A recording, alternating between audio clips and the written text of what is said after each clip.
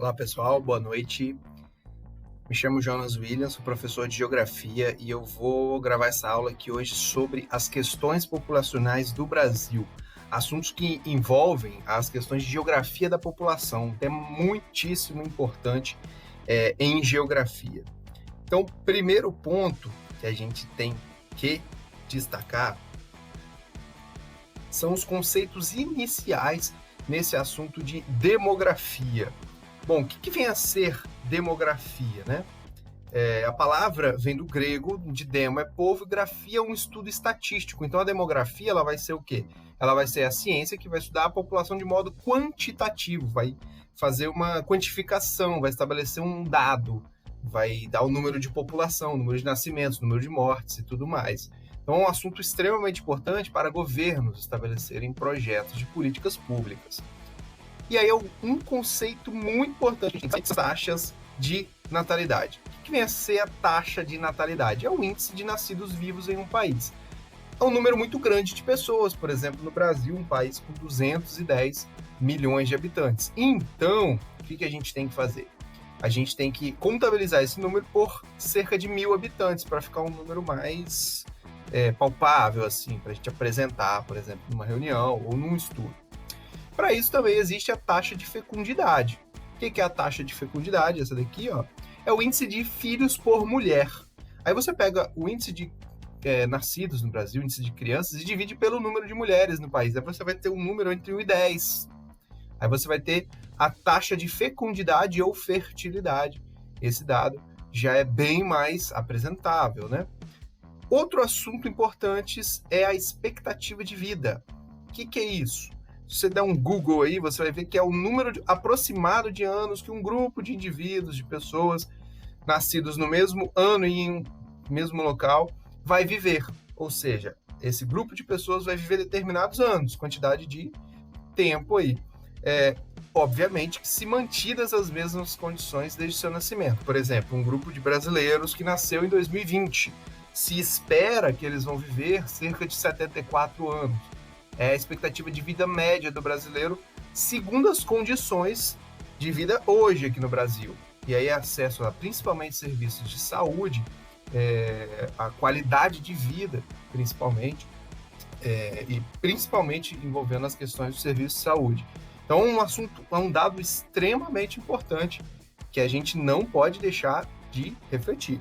Outro é a densidade demográfica ou população relativa.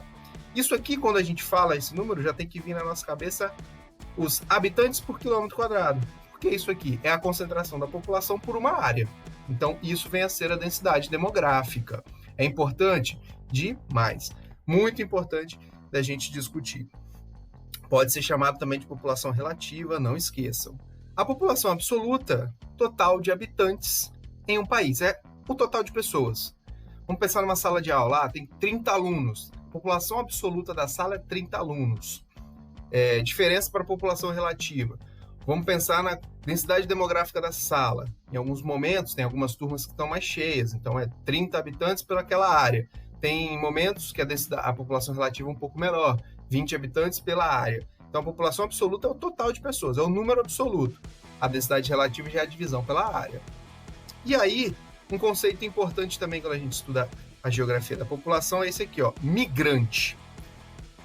O migrante é uma pessoa que vai se deslocar de um local para o outro, só que ela tem a vontade própria, ela toma a decisão de se deslocar. Por exemplo, os negros, os africanos que vieram aqui para o Brasil, e eles não eram migrantes, porque eles foram forçados a vir.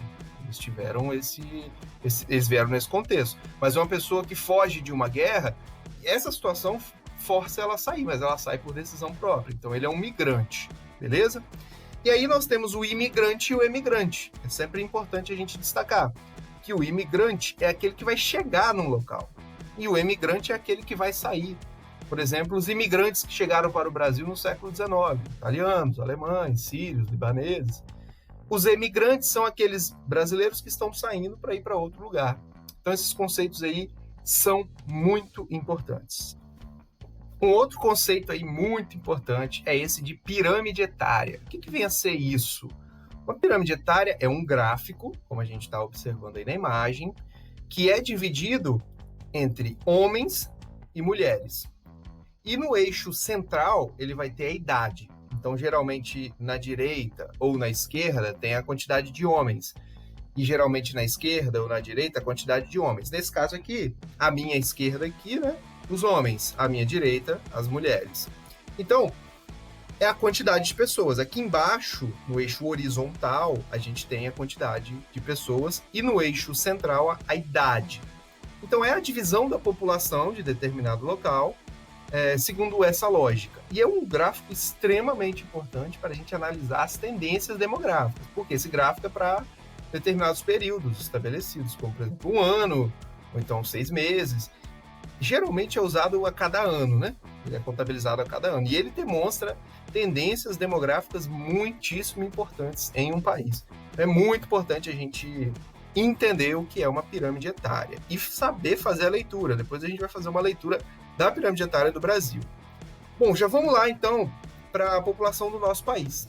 Do Brasil, né? População do nosso Brasil. Como que cresceu a população do Brasil, sobretudo no século XX? Aí tem um gráfico do IBGE, que é chamado Tendências Demográficas, que mostra que a população brasileira, até a década de 60, era majoritariamente, na sua maioria, rural. Você percebe que mais pessoas viviam no campo do que na cidade. Então, o Brasil era um país rural, até a década de 60. Uma leitura importante desse gráfico, tá? Esse assunto aqui, ele demanda bastante leitura de gráficos. Outro dado interessante é que a partir dos anos 60, a situação se inverte no Brasil. Então, alguma coisa aconteceu no Brasil para que mais gente vivesse na cidade ao invés de viver no campo. Porque olha na década de 70, a corzinha cinza mais escura está maior do que a cor cinza clara. E assim vai crescendo significativamente, tá? Anos 80, 90, 2000 e hoje muito mais. Então hoje, nós, a partir dos anos 70, passamos a ser um país urbano, onde a maioria da população, e hoje a esmagadora maioria da população, vive nas cidades. Então o Brasil é um país urbano, ok? Pouquíssima gente vive no campo, isso é uma realidade, tá? Muito pouca gente vive no campo. Bom, os motivos para isso ter acontecido, isso é extremamente importante. Costumo sempre dizer que essa é uma notinha de rodapé. Está ali no livro e costuma sempre cair em prova. O que fez o Brasil, na década de 70, se transformar nesse país urbano? O motivo clássico é a industrialização do Brasil, que a partir dos anos 50 passou a ser intensa, com os governos Juscelino Kubitschek, 50 anos em 5, onde trouxe para dentro do país as indústrias, principalmente a indústria automobilística, e promoveu uma forte e rápida industrialização no Brasil. Então, o crescimento das cidades foi grande, porque quando cresce uma indústria, você tem o crescimento de cidades. A indústria, quando cresce, o país começa a se tornar industrializado, as cidades crescem, isso desde a Revolução Industrial. Então, isso aconteceu no Brasil, e principalmente na região sudeste do Brasil. Então, muita gente migrou do campo para a cidade, uma migração conhecida como êxodo rural. É a migração campo-cidade, foi forte aqui entre os anos 60 e 70, beleza? É importante saber isso, muito importante. E nos dias atuais, pouca gente vive na zona rural. Geralmente é uma família que vive lá no campo, do sustento, às vezes da agricultura familiar e da agricultura para venda dos produtos de subsistência financeira, não a agricultura de subsistência, mas a agricultura que gera uma renda para a subsistência própria. Os filhos de muitos deles já estão vindo para a cidade para estudar, para buscar melhores condições de vida, porque a cidade, ela oferece mais benefícios do que o campo. Antigamente era diferente, né? Antes dos anos 60. O campo oferecia essas melhores opções. Hoje não. Hoje já é a cidade, né? Quem de nós não conhece uma pessoa que veio de uma cidade pequena do interior para a grande capital, no nosso caso aqui, Vitória, para estudar e desenvolver bem sua vida profissional, por observar melhores condições de vida. Então, isso aconteceu no Brasil nesse período, beleza? E acontece muito hoje em dia. São as questões importantes aí, galera. E o que a gente observa aqui agora, fazendo a leitura dessas 3 pirâmides etárias? É extremamente importante saber fazer essa leitura. Sabe por quê? Chega junto aí para a gente fazer essa leitura, então, ó. Aí nós temos as pirâmides populacionais, pode ser chamada assim, pirâmide etária ou pirâmide demográfica. São outros nomes. Os mais comuns são pirâmides etárias e pirâmides demográficas, beleza? porque são palavras, no caso de populacionais e demográficas, são sinônimos, né? A etária, porque é a idade, tem a ver com a idade. Então, é a distribuição por sexo e idade da população, tá? É sexo, não é gênero. Gênero é uma outra discussão que a gente faz em outro campo do conhecimento, que é a sociologia. É sexo, masculino ou feminino. Eu não vou entrar na discussão do gênero aqui, porque não tem nada a ver com geografia da população. Tem a ver com estudos da sociedade. Tem a ver com a população, mas não os estudos estatísticos, quantitativos da população. Então, nós temos o quê? Primeiro, uma pirâmide populacional do Brasil, ó, essa primeira aqui, ó, da década de 50. Depois, em 85. E uma estimativa para a pirâmide demográfica do Brasil atual.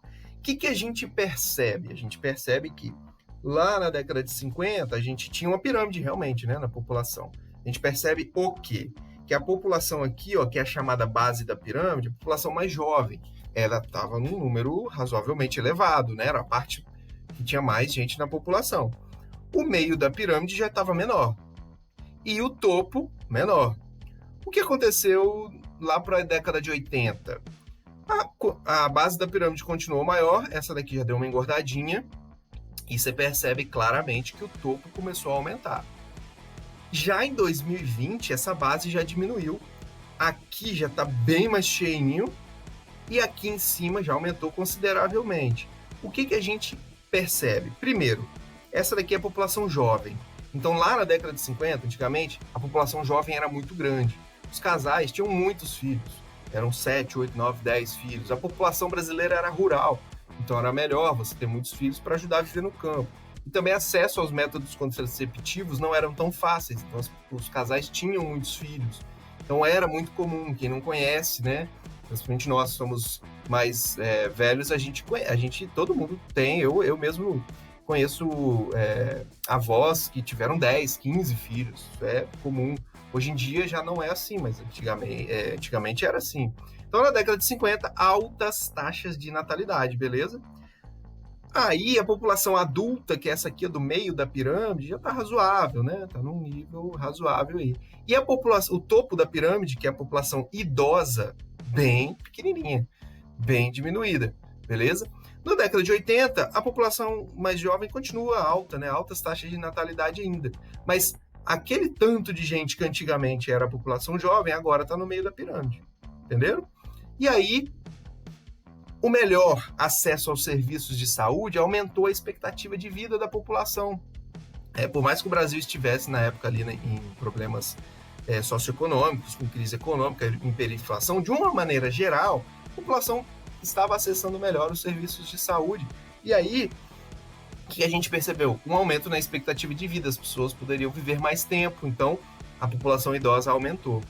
Hoje, o que já acontece no Brasil, uma queda significativa nas taxas de natalidade e fecundidade, estão nascendo menos pessoas, e eu vou explicar o porquê.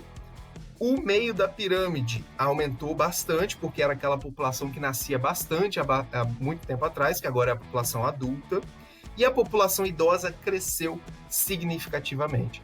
Essas são as tendências demográficas do Brasil. Atualmente, baixas taxas de natalidade, uma população adulta muito elevada, e uma população idosa muito crescente. Isso tem causas e consequências que são importantes para a gente destacar aqui. E eu vou explicar tudinho para vocês aí, beleza? Como eu disse, nós vimos anteriormente nos gráficos que na década de 50 o Brasil tinha altas taxas de natalidade e fecundidade. Então a população jovem era mais alta e tinha uma baixa expectativa de vida, porque você percebia o topo da pirâmide menor, menos idosos, que é um resumo do que a gente viu anteriormente. Nos anos 2000, houve uma diminuição significativa nos índices de natalidade e fecundidade, porque a população jovem diminuiu e o aumento na expectativa de vida da população gerou um maior número de idosos. Agora vamos às causas, isso aqui é importante. Quais foram as causas da queda dos índices de natalidade? Os altos custos para a criação dos filhos. Por quê? Hoje em dia, a vida urbana, e o Brasil é um país urbano, lembra lá dos outros slides, demandam altos custos para se criar os filhos. Eu já vi alguns estudos dizendo aí que não é menos de 100 mil reais para se criar um filho. Então, os pais já pensam 2 vezes antes de ter um bebê, né? E aí, Também houve, a partir dos anos 80, um grande acesso aos métodos contraceptivos, principalmente a pílula e a camisinha. A pílula anticoncepcional usada pelas mulheres e a camisinha usada pelos homens. Isso diminuiu bastante os índices de natalidade, porque as pessoas passaram a ter planejamento familiar, isso é importante, planejar quantos filhos ter. O aumento na expectativa de vida é um resultado do melhor acesso aos serviços de saúde pela população do país. É senso comum, né, que a gente ouve que o Brasil não tem acesso a um bom serviço de saúde pública. Isso é, em partes, uma mentira, porque o SUS ele é assim, invejado no mundo inteiro. Porque a gente vê muito no jornal a notícia de que o serviço público de saúde não funciona, mas se a gente for precisar dele, a gente vai ver que em muitos lugares funciona. Infelizmente, em muitos também não funciona. Mas o SUS ele tem uma capilaridade muito grande e atende muita população. O que é a capilaridade? Chega a muitos lugares que outros serviços não chegariam. Então, isso e também o serviço privado de saúde e a melhoria das condições de vida da população, começou a ganhar dinheiro para ter acesso a esse serviço privado de saúde, melhorou a expectativa de vida e a população passou a viver mais. Aí, esse assunto aqui é aquele que fica no cantinho do livro, que costuma cair na prova e a gente precisa falar. Essa daqui é a pirâmide demográfica do Brasil para o ano 2020, desse site, Population Pyramid. Lá tem pirâmides para o mundo inteiro, e eu adoro usar eles porque são estimativas. E aí, o que a gente percebe? Que o meio da pirâmide está muito grande, né? E a gente até brinca falando que não é mais uma pirâmide, é uma coxinha, porque tem esse formato aí. E é a população adulta muito elevada. Essa população adulta a gente chama de PEA, população economicamente ativa, que trabalha e gera riqueza. E aí o Brasil passa atualmente por essa fase de bônus demográfico, que eu escrevi aqui, ó. É quando aquela população antiga que era jovem, da alta taxa de natalidade, agora é adulta, trabalha. Somos nós, né? Dos anos 80, que ainda éramos dessa época da alta natalidade. Agora trabalha e gera riqueza para o país. Por que bônus demográfico? Uma palavra boa, né? Tem um sentido bom, o bônus. Porque vai gerar riqueza para o país. Vai melhorar a economia do país. Então é um momento do país aproveitar. E o Brasil não aproveita. Também não vou entrar nessa discussão. Estamos passando por uma crise econômica profunda, óbvio, pela pandemia, mas essa crise já vinha de antes, de outros governos, aí não convém discutir aqui agora, mas era o momento de aproveitar esse grande nível de população trabalhando. E outra coisa que agrava, uma consequência disso para a população do país. Os baixos índices de natalidade vai gerar uma menor PEA no futuro, e as altas expectativas de vida, um grande número de idosos, que demandam o quê? Aposentadoria. E aí pode falir o sistema de aposentadoria. A gente viveu recentemente uma reforma no sistema de previdência para tentar atender esse sistema de aposentadorias no Brasil. E nesse outro slide, o que a gente percebe aqui é uma coisa também muito importante da gente salientar quando a gente discute as questões populacionais no Brasil, a densidade demográfica, que é a distribuição da população pela área do país. Aqui é um mapa que o IBGE sempre divulga, que é a quantidade de habitantes por quilômetro quadrado em cada município do país. E aí, demonstrado aí no mapa do Brasil. A gente tem as cores mais claras, menos pessoas, e as cores mais escuras, mais pessoas. Então, é muito simples a leitura desse mapa. A leitura de mapa é muito importante, porque provas de vestibular sempre exigem bastante da gente isso daí, leitura de mapa, além de gráficos e tabelas, também mapas. A gente percebe o quê? Que na região sudeste, principalmente no litoral, você percebe aqui, ó, que o litoral do Brasil ele é muito povoado. Historicamente, sempre foi muito povoado. Muito povoado, tá bom? Estou usando esse termo, povoado. Não populoso, tá? Populoso é a quantidade da população absoluta. Povoado, que diz respeito à distribuição por área. Então, é a região mais povoada do Brasil. Além dessa região sudeste e sul, com exceção aqui do noroeste de Minas. Você percebe aí no mapa.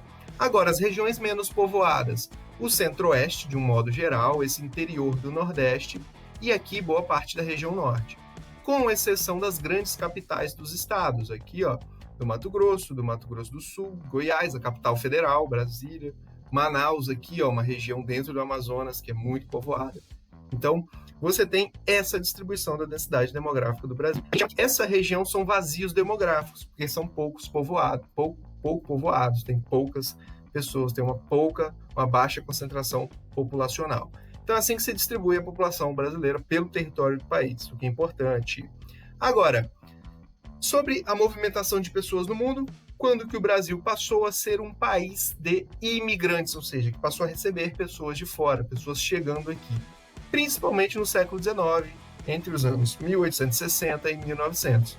Por volta do fim do século XIX e início do século XX, o Brasil passou a receber milhares e milhões, na verdade foram milhões de imigrantes, principalmente alemães e italianos, desses dois países, que passavam por questões internas, conflitos, tensões. Os dois países estavam se reunificando. Então, muita gente fugindo de uma situação de guerra, de conflito, de tensão, além da situação de pobreza gerada pela Revolução Industrial, que formou grandes cidades, as pessoas viviam aglomeradas nas grandes cidades em condições de vida muito ruins. E aí essas pessoas passaram a vir para outro lugar. Especificamente os italianos, que eu falo aqui, vieram para cá almejando ganhar muito dinheiro nas lavouras de café. O Brasil era uma potência que produzia muito café nessa época, no século XIX.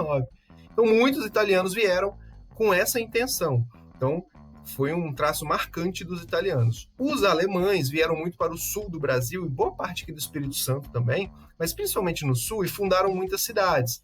Vieram para trabalhar com atividades agropecuárias, de cultivo de produtos agrícolas e criação de gado, mas fundaram algumas cidades, como Joinville, Brusque, Blumenau, Novo Hamburgo, em várias cidades lá da região sul, entre Santa Catarina e Rio Grande do Sul.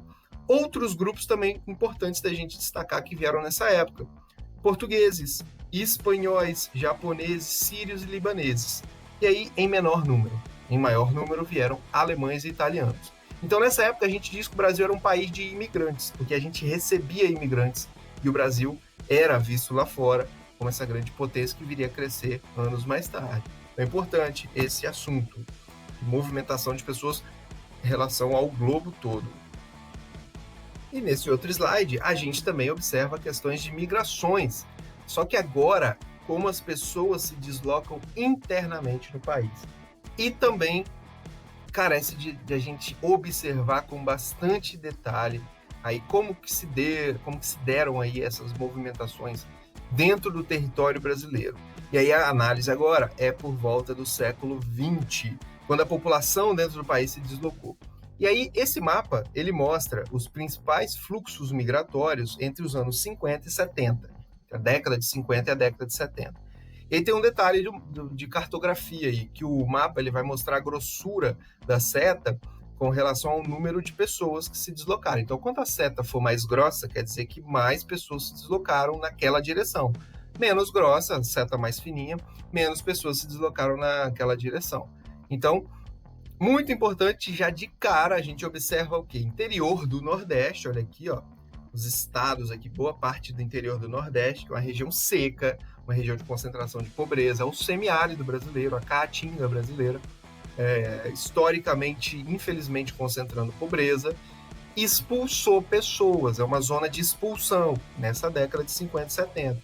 Essas pessoas se dirigiram principalmente para o Sudeste, para São Paulo, o polo industrial do Brasil na época, anos 50, JK, 50 anos em 5, depois os governos militares, também uma industrialização, um milagre brasileiro, que assim chamaram os militares. Então, industrialização, urbanização crescendo. Então, o êxodo rural foi muito forte nesse período, beleza? Muito importante esse ponto aqui. Foram para outras regiões também, mas um número menor. O número maior aqui é o que se destaca. Agora, um destaque saindo da região Nordeste e vindo para o Norte, beleza? Aqui começa um processo de imigração de nordestinos para o Norte do Brasil, porque esse processo de industrialização e atração de indústrias, principalmente automobilísticas para o Brasil, gerou uma demanda de um produto que tem muito na Amazônia, para fabricar borracha, que é o látex.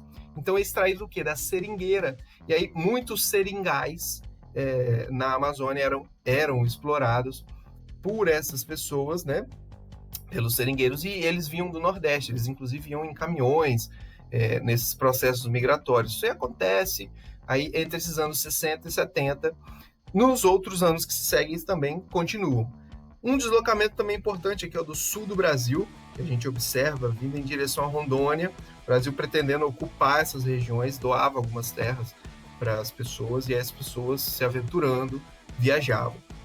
Agora, nos anos 70 e nos anos 80, a gente observa mais migrações importantes. A Nordeste e Sudeste continua, mas diminui um pouquinho, aumenta significativamente essa do Nordeste para o Norte, para esse trabalho aí nas seringueiras. E atenção, que do Sul começa a vir gente para o Centro-Oeste. É o quê? Aqui, nesse caso específico aqui, particular, são grandes latifundiários, fazendeiros, que plantavam soja e começaram a desbravar as terras do Centro-Oeste brasileiro para se dedicar a essa atividade, plantio de soja, e até hoje estão lá instalados. Então, ó, um ponto muito importante aí se destacar, beleza? Outras migrações menores entre regiões passam a acontecer com o avanço de telecomunicações, abertura de estradas por governos militares e também JK, e aí possibilita maior migração, mas os 3 pontos principais são esses, ok? Muito importante nesse período. E dando sequência, nesse momento, as migrações internas do Brasil, nós temos aqui um processo que começa a se diferenciar entre os anos 80 e os anos 2000 no Brasil. Você percebe, olhando aqui no mapa, que os fluxos eles passam a ser bem mais assim, menores, assim, né? Você vê, ó, muito mais de fluxos entre estados. Você vê que a seta de vai e vem, as pessoas passam aí, mas também a voltar nesse processo aí, uma migração que retorna. Ainda existem aí alguns fluxos grandes, um destaque aí para a população, uma setinha que sai do Espírito Santo aqui e vai para Rondônia. O governo brasileiro com a intenção ainda de colonizar aquela região do interior do Amazonas ali, doando terras para as pessoas, e eu já até conheci muita gente que tem parentes em Rondônia. Eu pensei quando eu era jovem, né? Como pode o cara ter um parente em Rondônia, bicho? Rondônia, nem sabia que existia quando eu era jovem, né? Hoje, óbvio que eu sei. E aí, quando eu comecei a estudar, eu falei, agora faz sentido, olha só, vocês agora também vão entender, se conhecer alguém capixaba que tem parente em Rondônia. O governo doava terras para a criação de pessoas, não só em Rondônia, mas também no Tocantins, para que ocupar esses territórios no interior e ninguém tomar posse, para dizer, esse território é nosso, um processo de ocupação e mesmo de colonização, esse é o termo correto. Do sul para o centro-oeste continua um fluxo migratório, continua também um fluxo grande de êxodo rural, principalmente nos anos 80 e início dos anos 90. Continua aquele fluxo, com essas diferenças, mas tem uma coisa importante. Nos anos 2000, acontece um movimento onde você começa a perceber, você tem que olhar com cuidado, com atenção o mapa. Aqui, de São Paulo, vindo para o interior do Nordeste. Tem uma setinha pequena, poucas pessoas, mas começa a ter uma chamada migração de retorno. Pessoas que lá nos anos anteriores foram para o Sudeste passam a retornar para suas áreas originárias, as áreas que eles nasceram. Por quê? É um movimento chamado migração de retorno, porque principalmente nos anos 2000, os programas sociais de governos dessa época, eles atingiram a região do Nordeste e levaram um desenvolvimento socioeconômico para lá. Inclusive, promovendo um desenvolvimento industrial. E existia, na época, até uma competição de áreas de instalação de indústrias. Eu lembro que eu morei uma época em Teixeira de Freitas, na Bahia, foi no início dos anos 2000, até 2005 eu morei ali no sul da Bahia. E aí tinha uma fábrica de sandálias que era da Grendene. Ela ia se instalar aqui no Espírito Santo, só que a Bahia ofereceu menores impostos para a fábrica, e a fábrica se instalou lá. Então isso começou a levar o desenvolvimento para aquela região. E aí muita gente, tipo assim, viveu mal aqui no Sudeste, porque veio num sonho de ganhar dinheiro, não conseguiu, e aí começou a ver o Nordeste crescendo de novo, passou a voltar. Agora não foi um grande número de pessoas, óbvio, muitos se estabeleceram, mas ocorreu nesse período a migração chamada migração de retorno. Importantíssimo, tá, galera? Importantíssimo nesse período aí focar nessa migração. Não podemos deixar de falar. Também nos anos 2000, nos anos 90 principalmente, final dos anos 80 e final dos anos 90, o Brasil passa a não ser apenas um país de migração internas, mas um país de emigrantes, porque passa a exportar pessoas. Algumas regiões do país se especializaram nisso, como Governador Valadares, por exemplo. Governador Valadares tinha muita gente que ia para os Estados Unidos. Final dos anos 80, início dos anos 90, o Brasil passando por uma crise econômica terrível, foi a redemocratização. Depois dos anos 90 vem o Plano Real, dá uma tranquilizada na situação, mas até chegar lá, o Brasil passou a exportar pessoas. Muita gente indo para o Japão e para os Estados Unidos, que eram países... Estados Unidos ainda mas o Japão era uma grande potência que exercia esse encanto nas pessoas. Então, nesse período também, o Brasil um país de imigrantes. Então, bora ver agora como que esse assunto foi abordado na prova do IFES. Aí tem alguns macetes aqui de questões que a gente precisa salientar. O texto aqui, ele fala o seguinte, leia essa prova aqui foi de 2019, então é bem recente. População brasileira passa de 207,7 milhões em 2017. Tem que ler o texto com atenção. No ano passado, o levantamento anual do Instituto Brasileiro de Geografia e Estatística ainda indicava uma população de 206,08 milhões. Isso lá em 2017. Pesquisa do IBGE indica que o Brasil tem 207,7 milhões de habitantes e uma taxa de crescimento populacional de 0,77% entre 2016 e 2017, um pouco menor que a de 2015 e 2016. Os dados foram publicados nesta quarta-feira, dia 30, no Diário Oficial da União. A taxa de crescimento populacional, de 0,77%, entretanto, vem desacelerando nos últimos anos, em razão principalmente da queda na taxa de fecundidade. Olha aí, A projeção demográfica prevê que daqui a 26 anos, entre 2042 e 2043, a população vai atingir seu limite máximo de 228,4 milhões e passará a decrescer. Ou seja, muita atenção. O que está falando aqui? Que a natalidade está diminuindo. Aqui ele falou da fecundidade, que é o índice usado para o cálculo. Então, os nascimentos das pessoas estão diminuindo no Brasil. Isso vai fazer com que o crescimento da população também diminua. É isso que ele quis dizer. É aquela tendência demográfica que a gente fez lá nas 3 pirâmides etárias. Só que aqui ele colocou isso num texto. E aí você tem que estar com aquilo aqui, na cachola, na cabeça. Então, ele pede para você marcar a correta. Então, vamos excluir as incorretas. A letra A.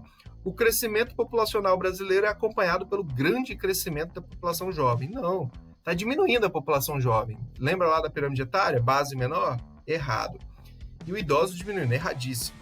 Letra B. A queda de fecundidade ocorre principalmente nas classes de menor poder aquisitivo da população. Já as mais ricas aumentaram a fecundidade. Não. Geralmente é o contrário, embora isso não é uma regra geral. Você tem população de menor renda também com menos índices de fecundidade. As classes mais ricas com menores índices de fecundidade. Aqui, correto. Então, está errado aqui. C. O aumento da população rural nas últimas 2 décadas é o maior responsável pela redução da taxa de natalidade. Já está errado, porque a população rural diminuiu. A gente viu isso. Está vendo como a aula como um todo aqui está sendo cobrada? Letra D. A queda da fecundidade ocorreu somente entre os mais ricos. Já a população mais pobre continua com as taxas de fecundidade das décadas de 60 e 70. Isso aqui te induz ao erro, porque ele usou o termo somente ali. Quer dizer que só entre os ricos há a diminuição da fecundidade? Não. Entre os pobres há também. Mas também há entre os pobres altíssimos índices de fecundidade, sobretudo entre os mais pobres com dificuldade ao acesso ao método contraceptivo. Então a D fica meio assim. Aí você vai para E. O decréscimo da população brasileira será acompanhado pelo aumento de idosos, aumento dos gastos com previdência e diminuição da população jovem. Perfeito! Você está diminuindo a população, aumentando o número de idosos, aumentando o gasto com a aposentadoria e diminuindo a população jovem. E a letra é a letra correta.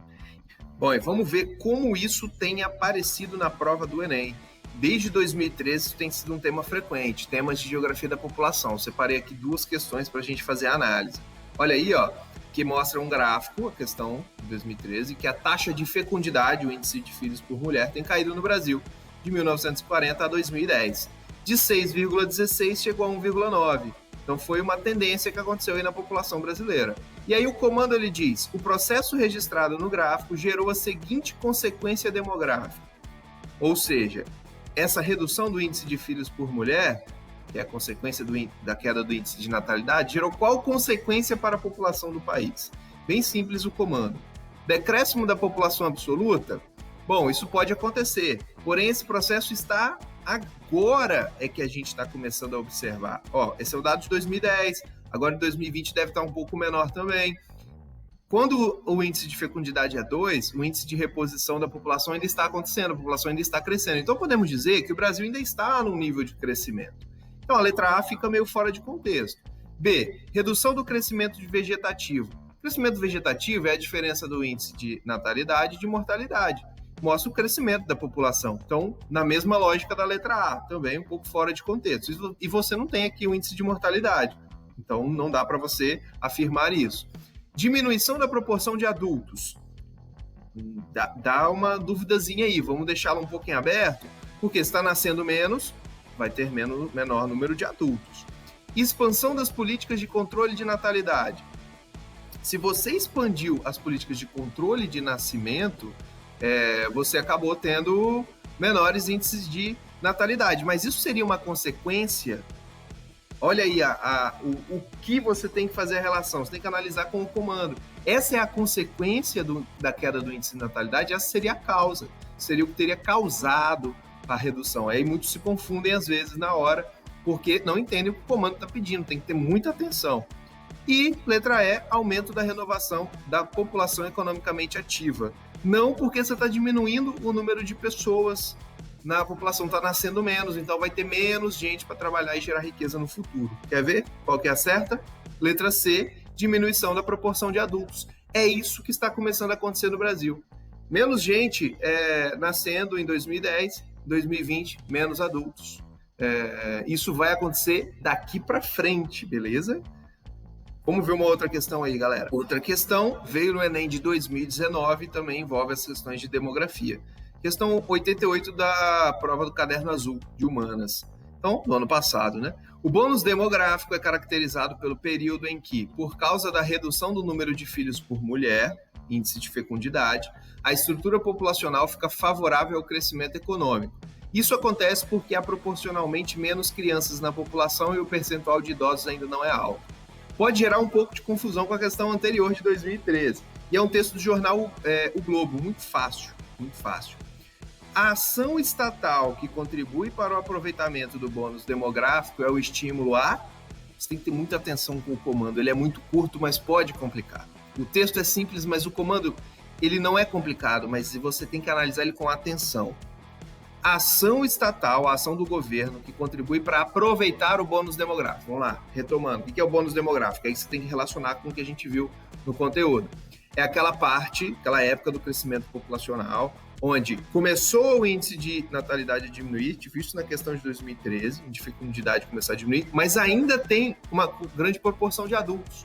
Por quê? Nos anos anteriores ainda nascia muita gente. Então essa população agora é adulta. Então essa população adulta gera riqueza, é a população economicamente ativa. E o país ainda não tem uma grande expectativa de vida, está em crescimento. A proporção de idosos ainda não é mais alta. Num futuro vai ser grande. E num futuro a proporção de adultos vai ser menor. Mas agora é a hora do chamado bônus demográfico. É quando o governo deve atrair imigrantes para o seu território para se aproveitar disso? Não, você tem bastante adulto aqui para trabalhar, não precisa atrair gente para trabalhar. Elevar a carga tributária? Bom, você poderia elevar para gerar mais arrecadação para o Estado, mas você ia deixar a população mais brava, especialmente no Brasil, né? Ninguém gosta de pagar mais impostos, porque a gente não vê esse retorno. Ele acontece, mas a gente não vê. Então, a letra B. C, qualificação da mão de obra. Você vai, então, oferecer formação para essas pessoas, para elas se qualificarem e trabalharem. Gerar riqueza. Tá razoável, hein? E a letra D, admissão de exilados políticos. Vão atrair de novo gente de fora para cá? É estranho. Concessão de aposentadorias. Não, porque a população idosa ainda não é alta. O texto disse isso. Então vamos lá, vamos ver qual é a correta. Letra C é a letra correta. Você qualifica a mão de obra, gera pessoas capacitadas para trabalhar e gerar mais riqueza para o país. Por isso que é chamado de bônus. Você tem bastante adulto para trabalhar e gerar essa riqueza. Viram, galera? É um conteúdo importante. Ó. Vocês viram que é uma notinha de rodapé, às vezes não está ali no livro e a gente tem que abordar. Ficou ligado? Se gostou, deixe seu like, comenta. Abraços.